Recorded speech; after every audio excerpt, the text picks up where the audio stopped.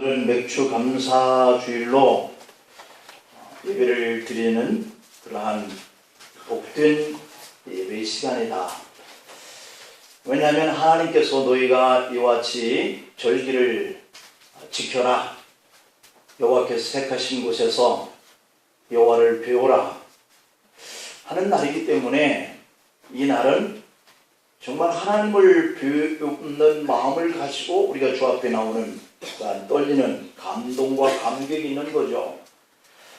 그래서 하나님이 나와 함께 해주시는 공간, 하나님이 나를 통해서 영광을 받으시는 이러한 공간이다 라고 하는 의미가 좀 더 이렇게 일주일씩 하나님 앞에 나가서 따로 이렇게 자신들에게 여기까지 인도하시고 이렇게 구원하여 주시고 이렇게 복을 주시는 분이 하나님이시다 라고 하는 것들을 나와 내 자녀들에게 알리는 그런 기회가 되는 날이 바로 오늘 이 맥주절이 가지고 있는 의미입니다.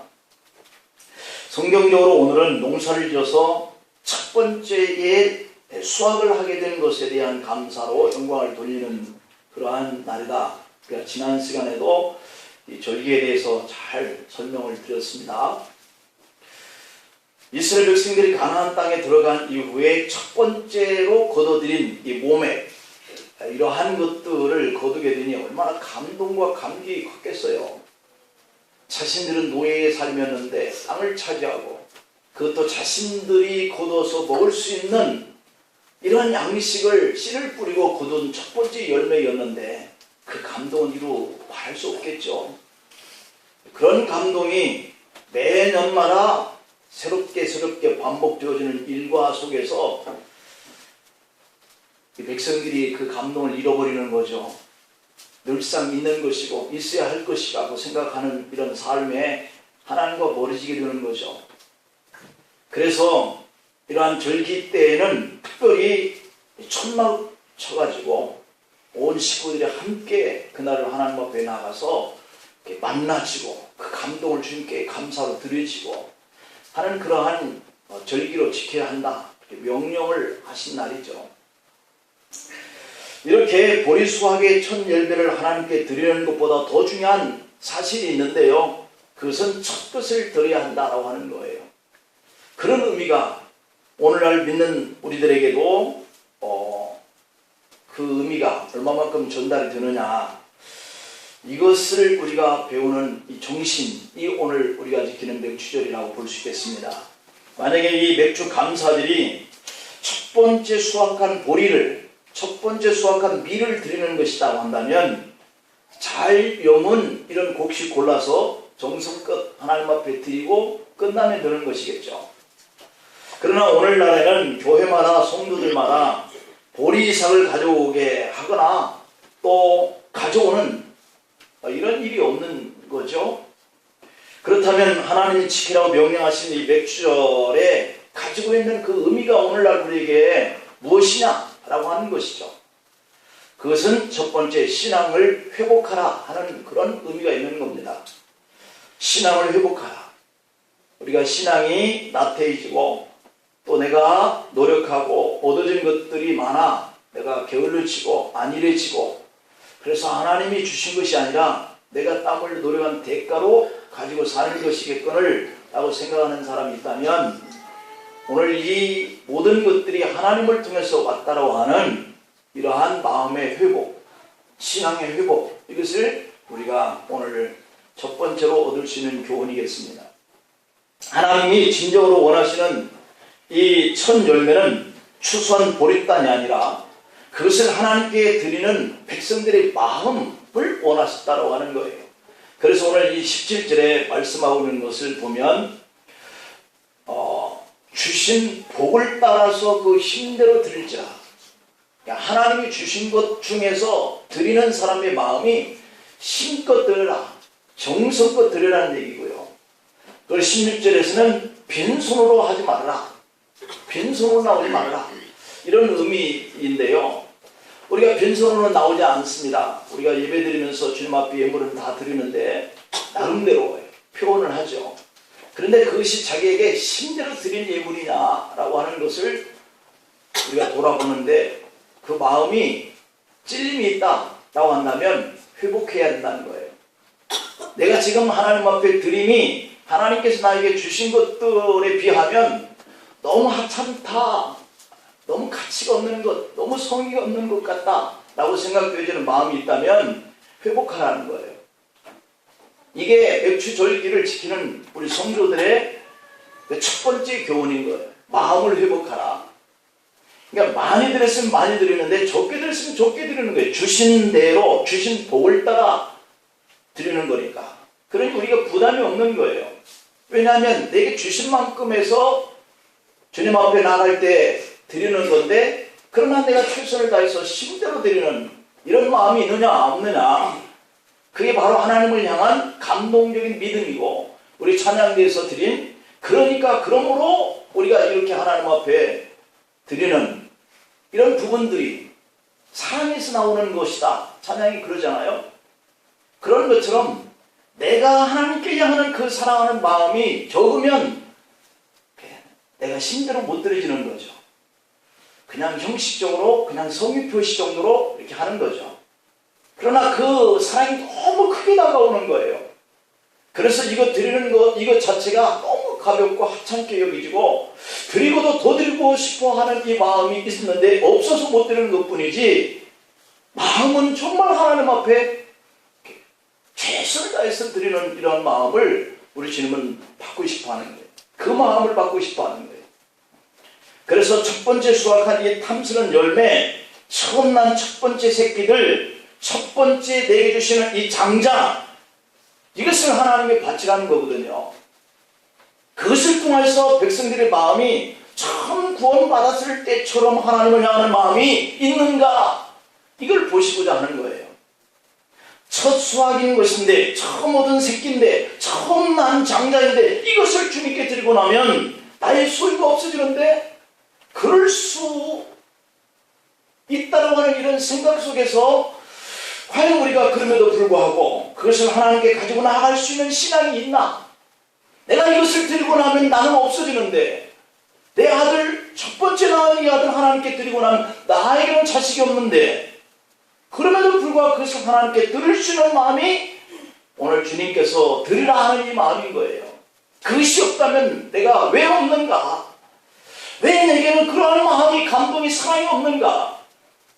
이런 마음을 회복하라는 거예요. 그러므로 처음 것을 하나님께 바치라고 하는 이 절기의 본 뜻은 우리의 마음이 하나님을 향하는 그러한 마음으로 회복이 없다면, 적다면 회복하라, 그런 얘기죠. 우리가 섬기는 하나님은 이미 천지 만물을 창조하신 분이시거든요. 모든 능력이 그분께 있는 거거든요. 모든 세계를 다 주님이 통치하고 그것을 가지고 계신 분이거든요. 그런데 그분이 너에게 주신 복을 따라서 힘대로 드리라고 하는 게 무슨 이유일까? 빈손으로 비웃지 말고 여호와 앞에 나올 때는 빈손으로 나와서는 안 된다고 말씀하시는 이유가 뭘까? 다 가지고 계신 분이, 그만한 것들에 능력 있는 분이 왜 이렇게 말씀하셨을까? 여기에 우리가 물음표를 가질 필요가 있는 거예요. 왜 그러실까?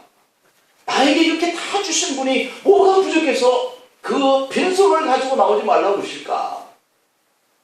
하나님은 부하신 분이잖아요.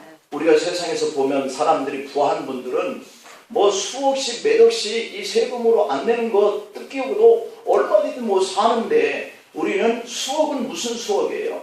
그냥 수십, 수백, 이것도 부족해서 늘 터덜거리는데, 그걸 보면 이들에게 주어진 모든 것들을 하나님이 주시다고 생각해 본다면 하나님은 얼마나 부자냐. 하나님이 부족해서 사람이 거둔 것 첫 번째 것, 사람이 기르는 짐승의 첫 번째 새끼를, 하나님이 사람에게 낳게 해준 이 첫 번째 장자를 하나님 앞에 드리라고 그러실까? 부족해서 달라는 건 아니지 않겠어요? 그 의미가, 하나님이 무엇이 부족해서 이 보리떡을 구하고 짐승의 첫 새끼를 구하고 사람의 아들을 바치라고 그러겠어요? 하나님이 우리를 향하시는, 바라시는 재물은 빛깔 좋은 보리떡이나 때깔 좋은 짐승의 새끼가 아닌 거예요. 하나님이 진정으로 절기를 지키라 라고 하시는 그 의미는 하나님으로부터 백성들의 마음이 멀어지는 거예요. 나를 구원하셨고 내가 천국에 들어갈 자라고 믿는 이 믿음의 사람이 마음이 하나님으로부터 멀어졌어요. 그래서 하나님이 그 마음을 가지고 내게 나와라, 그런 얘기인 거예요. 이스라엘 백성들은 하나님의 은혜로 430년 동안이나 애굽의 종살에서 구원받고 자유인이 된 거잖아요. 이스라엘 백성들은 해방된 일만 생각하면 얼마나 가슴이 뛰고 기뻤는지 몰라요. 하나님은 그들이 이 기쁨의 마음을 잃어버리지 않기를 원하신 거예요. 하지만 하나님을 향한 백성들의 기쁨을 얼마하지 못합니다.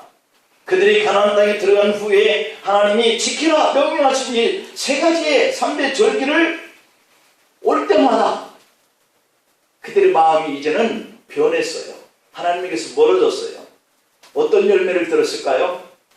그들은 여전히 성숙하지 못했고, 그들은 여전히 하나님 앞에 원망거리를 불평하고 그렇게 살았어요. 그래서 예물 또한 병든 것, 다리 저는 것, 눈 먼 것, 버려질 것들을 가지고 나갔다는 거예요. 하나님이 없어서 달라는 것도 아닌데 이런 것들은 쓰레기로 버려질 것들이고 죽어야 할 것들인데 이걸 가지고 하나님 앞에 나가는 이 백성들의 마음이 하나님께서 보시고 섭섭하신 거예요. 멀어졌다는 거예요. 그래서 너희들 마음이 회복되기를 원한다. 너희들의 마음이 회복된 마음이 어떤 마음인지 한번 빈손으로 오지 말아봐라, 이런 얘기인 거예요. 애굽에서 종의 신분으로 살던 때와 조금 더 달라진 것이 없이 여전히 그들은 세상적이고 종욕적인 모습만 가지고 사는 거죠. 하나님이 그들에게 원하시는 것은 첫 번째 농사, 짐승의 첫 새끼, 처음 난 장자, 그걸 드리라고 하는 것이 아니라 마음인 거예요. 마음. 구원을 받은 자에게 이제는 성숙된 하나님의 백성으로서 스스로 진정성 있는 마음을 가지고 하나님 앞에 나올 수 있느냐는 거예요. 우리가 믿음 생활하면서 오늘 이 주일날 하나님 앞에 나가야 되는데 누가 나와라 하지 않아도 나갈 수 있는 마음이 있는가? 하나님 앞에 나갈 때 정성껏 내게 가지고 있는 것을 가지고 나갈 수 있는 그런 마음이 있는가? 이게 없다면 회복하라는 거죠. 처음 거둔 수확을 드려야 하는 이 맥주절의 진정한 정신은 첫 번째가 백성들의 마음이 하나님으로부터 멀어졌는데 믿음이 떨어져서 주님 앞에 형식적으로 나아갈까 말까 망설이다가 겨우 나왔는데 하는 마음이 아니라 이제는 결단하고 나가고 이제는 감동으로 나가고 이제는 정말 지키지 않을 수 없는 자녀의 행복한 마음을 가지고 나가는 이런 마음이 필요하다. 그래서 모이라는 거죠. 두 번째로는 하나님께 감사하라고 하는 의미가 있어요. 이 맥주절에서 빼놓을 수 없는 것이 감사의 정신인데 하나님께서 구원해 주셨어요. 애굽에서 400년이 넘는 종살이 속에서 자유인이 되게 했어요. 얼마나 감사해요. 암에 걸렸다가 수술을 받고 6년이 넘게 살았던 이 사람의 그 마음이 병에서 완치됐다는 이러한 의사의 말에 얼마나 감동이 크겠어요. 죽었다가 살았잖아요. 그런데 이 감동이 얼마나 오래 갈까요? 오래 가지 않습니다. 본래 내가 건강해야 되는데 이 못쓸 질병이 왔다가 이제 치료받고 고침 받았다는 것으로 끝나는 거. 이게 길지 않아요. 이게 우리 사람이라는 거예요.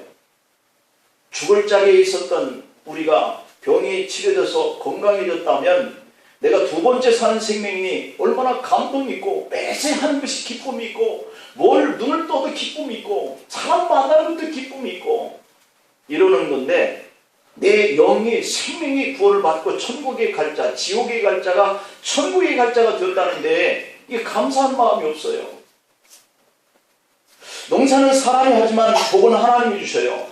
이 뉴스를 보니까 이 충청도 지역에 이게 저수지가 다 말랐던 것이 비가 오기 시작하면서 저수지가 물이 올라와요.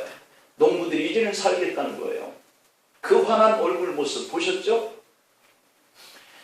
사람이 아무리 관정을 뚫어서 물을 내서 기르려고 하는 이러한 것들은 한계가 있어요.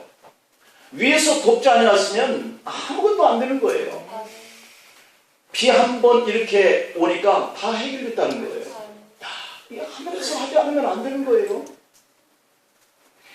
저기 교회 앞에 텃밭에도 이렇게 종자를 뿌려서 이렇게 싹이 나는데 우리 집사님, 우리 권사님 물을 매일 주는데요.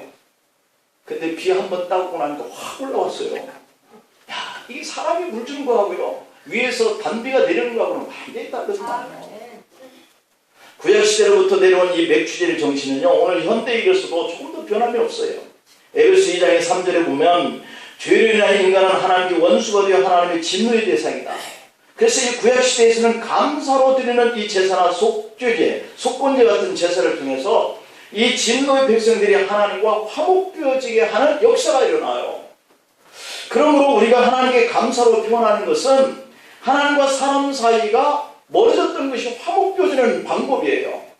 그래서 여러분들이 한 주 동안에 지내시다가 고단하지만 오늘 주일날 주님 앞에 나와서 예배드리는 이 모습을 통해서 하나님과 나의 삶이 화목되어지니까 또 한 일주일간 살아가는 것이 희망이 있고요, 비전이 생기고요, 꿈이 생겨요. 회복되는 거예요. 욥기서 22장의 21절에 보면 너는 하나님과 화목하고 평안하라, 그리하면 복이 내게 임하리라. 여러분들 마음이 평안해지면요, 모든 일이 잘 돼요. 짜증나고 불평하고 원망하면요, 될 일도 안 되더라니까요. 왜 그럴까요? 내 마음이 평안하지 않아서 그래요. 그래서 평안하면 사람을 만나도 부드러워요. 근데 일이 있어서 짜증받고 스트레스가 쌓이면 사람을 만나도 짜증스러워요. 그래서 하나님을 만나서 이 화목되어지는 관계를 통하여 평안이 임하면 네게 복이 임한다, 이렇게 말씀하고 있잖아요. 오늘 우리들이 아무리 힘들고 어려운 삶을 이렇게 살아가도 그 어려운 환경을 바라보는 이 각도가 다 달라요.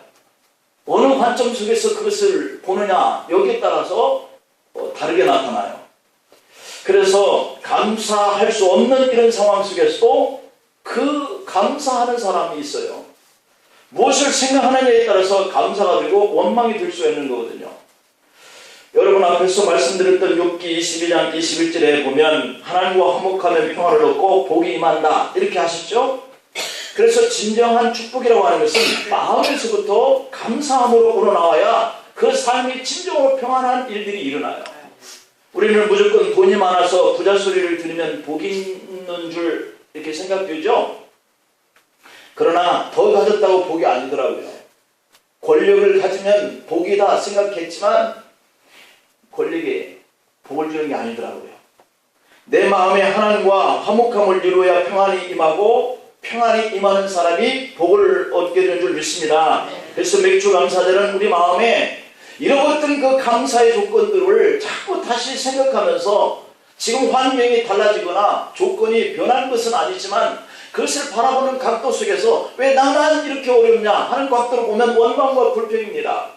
그러나 더 열악한 환경에 처한 이러한 분들을 바라볼 때 그래, 나는 이 정도는 아무것도 아니다 라고 한다면 감사가 나오는 거예요. 보는 각도에 따라서 달라지죠. 그래서 하나님은 우리에게 첫 수확의 보릿단을 원하시는 것이 아니라 회개하고 돌아오는 것을 원하시고 진실한 감사한 마음을 담아서 모든 것이 주님으로부터 왔다라고 이렇게 고백하는 성도의 신앙이 회복되어지는 것을 통해서 그에게 하나님이 다시 복을 주시려고 이 절기에 나오라, 이렇게 말씀해요. 다니엘서 6장 10절에 보면 다니엘 조서에 어인이 찍힌 것을 보고도 자기 집에 돌아가서 그 방에 예루살렘의 창을 열고 여전히 하던 대로 하루에 3번씩 무릎을 꿇고 기도하며 하나님께 감사하였더라 그러거든요. 이 말씀은 왕의 그 어떤 대상이라 할지라도 기도하는 자, 그 왕 이외의 다른 것들을 향해서 이렇게 기도하는 자는 사자굴 속에 던져진다는 이 조서를 본 후에도 다니엘은 생명의 위협 속에서도 평소에 하던 대로 하나님께 감사하는 내용이 나와요. 결국 그 일이 발각되어서 다니엘은 조서에 찍힌 대로 사자굴 속에 던져졌어요. 그러나 하나님이 그 사자의 입을 봉한 줄로 믿기를 바랍니다. 하나님을 향해서 내 마음이 향하는 이 감사한 마음이 여전히 어떤 조건과 환경에 변질되지 않고 역시 내가 가지고 있는 이 하나님을 향하는 이 간절한 마음, 감동적인 이 감사의 마음, 이것이 향하여지니까 사자굴 속에 던져져도 사자의 입을 막아놓으시는 하나님이라니까요. 그 외에 세상이 바뀌는데요. 다니엘이 느부갓네살 왕의 등용을 받아서 일을 했는데 나중에 바벨론이 망하고 메대 파사가 일어나서 메대 왕은 다리오라고 하는 사람이 왕의 자리에 앉았는데 이 느부갓네살이 세웠던 이 다니엘을 여전히 메대 파사 왕도 그를 중용하는 거예요. 하나님이 함께하는 사람은 시대가 변해도 환경이 변해도 그에게 복이 임하는 것을 믿으시길 바랍니다. 그래서 이 다니엘의 감사는 자기 생명이 사자굴식에 던져지는 것을 알면서도 그의 감사가 그의 생명을 지켜내고 그리고 한 대의 왕의 밑에서만 일하는 사람이 아니라 또 다른 나라가 바뀐다 할지라도 여전히 그는 복을 누리면서 살게 되었다라고 하는 사실을 기억하면서 그러므로 우리도 하나님께 받은 그 은혜를 때로는 이렇게 잊고 살 때가 있지만 늘 잊었던 마음이 회복되어서 하나님을 향해서 나가는 마음을 주님은 지금도 원하고 계신다는 사실과 또 그 조건과 환경에 어느 관점으로 내가 바라보느냐에 따라서 불평과 원망할 수도 있지만 감사할 수도 있다. 감사하고 마음의 평안을 가지고 사는 사람에게는 이렇게 대를 이어서 복을 받고 사는 놀라운 역사가 일어난다는 사실을 우리가 기억하면서 신명기 6장의 6절에 보면 오늘날 내가 네게 명하는 이 말씀을 너는 마음에 새기라 이렇게 말씀해요. 하나님은 우리의 중심을 원한다는 뜻이거든요. 하나님은 우리가 그냥 1년에 한 번 지나가면 되는 그런 형식이나 허식을 기뻐하지 않는다는 거거든요. 맥주 절기를 기억하고 첫 것을 하나님께 예물을 드리라 하는 이 하나님의 뜻은 다른 데 있었어요. 나는 너를 구원한 하나님이다. 이 구원의 감격을 가지고 내게 나오라는 것이죠.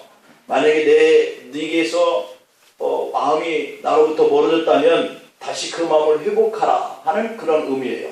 보여지는 것을 원하기보다는 보이지 않는 것들을 볼 줄 아는 이런 마음을 가지고 오늘 이 14절에는 함께 즐거워함으로 15절에는 행한 모든 일에 복을 줄 것이니 16절에는 빈손으로 보이지 말고 17절에는 주신 복을 따라 힘들어 라고 하는 이 말씀은 마음의 진정성을 요구하고 계시는 자에게 하나님이 이렇게 복을 주시겠다는 거예요. 하나님의 은혜로 거저받은 구원의 신앙을 회복할 수 있기를 축복합니다. 진실한 마음의 감사가 고통의 삶, 고난의 환경 속에서도 불평하지 않고 원망하지 않고 용기와 담대함으로 소망을 하나님 앞에 두며 감사함으로 세상을 이겨갈 수 있기를 축복합니다. 기도하시겠습니다. 아버지 감사합니다. 오늘 이 절기가 우리에게서 하나님이 멀어진 마음을 다시 회복시키기를 원하고 또한 어떤 환경의 변화에 따라서 변질되지 않는 감사의 마음을 주님께 표할 수 있는 우리가 되기를 간절히 원하여서 이 절기를 지키라 하신 말씀을 저희들이 다시 한번 돌아봅니다. 세상은 늘 우리의 마음을 움직이고 있습니다. 우리가 두려워할 때마다 우리의 마음이 하나님에게서 멀어지고 세상과 짝하고 또한 이렇게 욕망과 또 이렇게 정욕에 사로잡혀 살 때가 많습니다. 긍휼히 여기셔서 오늘도 주 앞에 나오게 하시니 감사합니다. 이 마음이 주님 앞에 가는 그날까지 정말 하나님께 향하는 뜨거운 감동과 그런 감사가 식어지지 않는 삶을 살게 하셔서 우리 마음이 늘 평안을 유지하고 이 땅에서 주님이 주시는 분복을 마음껏 누리고 우리 자녀손들 후손들에게도 그와 같이 번성의 복을 얻게 하여 주옵소서. 예수님의 이름으로 기도하옵나이다.